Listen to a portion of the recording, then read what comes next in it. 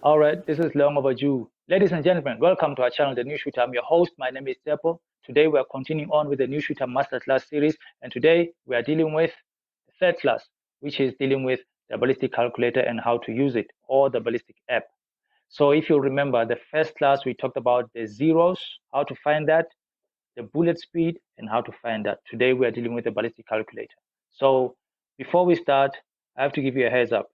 So what you need to be aware of when you put on information onto your ballistic calculator or your ballistic app, if you put in bad information, you'll get bad results out. If you put on good information, you'll get good results out. So you have to be absolutely certain what information you put on there. It has to be correct to the best of your understanding. All right, so you need to search, make sure that it is 100% so that you get best results. So the type of information that you'll need is threefold: your environment, rifle factors, and cartridge factors. Those are the three things that you need to know to be able to populate your ballistic calculator. The first one, environmental factors. What you need to know is your altitude. You need to know your temperature. You need to know the humidity of where you're shooting and the atmospheric pressure of where you're shooting. Now, what you need to remember also is you need to put on that information according to the unit of measurement that is required by your ballistic app. If it wants meters and you put yards, you're not going to get the results that you're looking for. So it has to be exactly as how the ballistic calculator wanted to be populated as. So number two, rifle factors. What you need to know is the caliber of rifle that you're using. You need to know the barrel twist of your barrel. You need to know your sight height or your scope height. Now, what that is the distance between the middle of your scope tube and the middle of your chamber. That distance, that is your scope height. So you need to know that and put that onto your ballistic calculator. You don't need any fancy tools. You can use a ruler. You can use a vernier caliper, whichever way is easier for you, what you have. As long as the information is correct, it will be fine. All right. The third part is cartridge factors. You need to know the diameter of your bullet.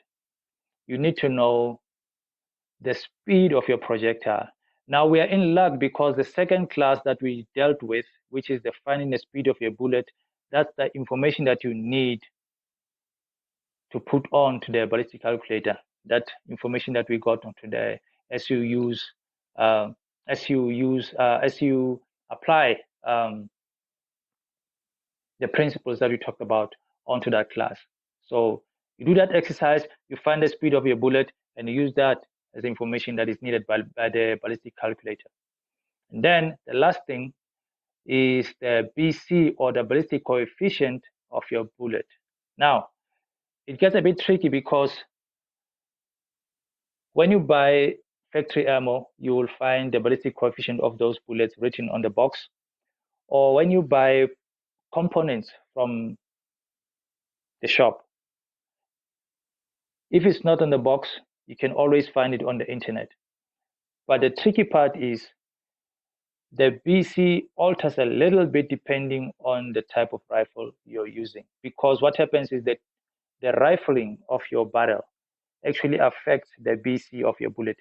It may increase it or it may decrease it.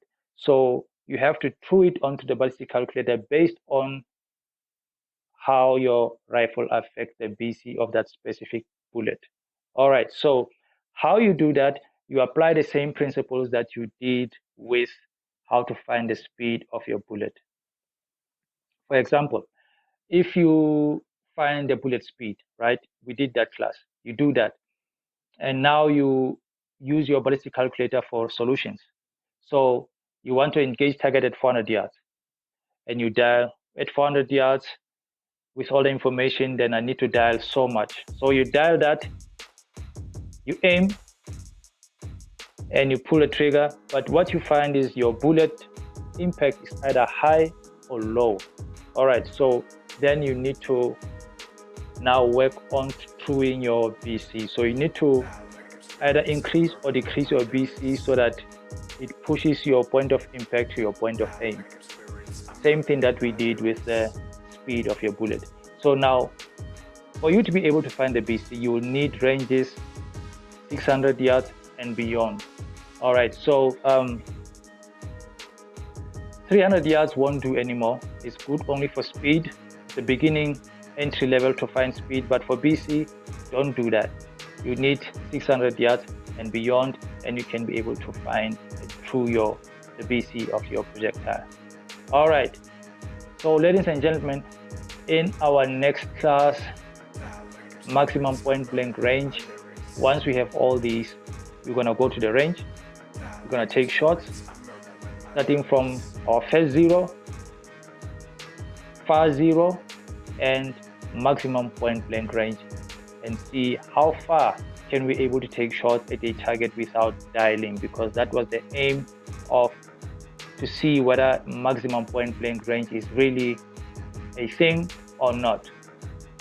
Ladies and gentlemen, thank you for watching. Remember, while you're at home, at the range or hunting, don't pull the shot. Pull the trigger. Peace out.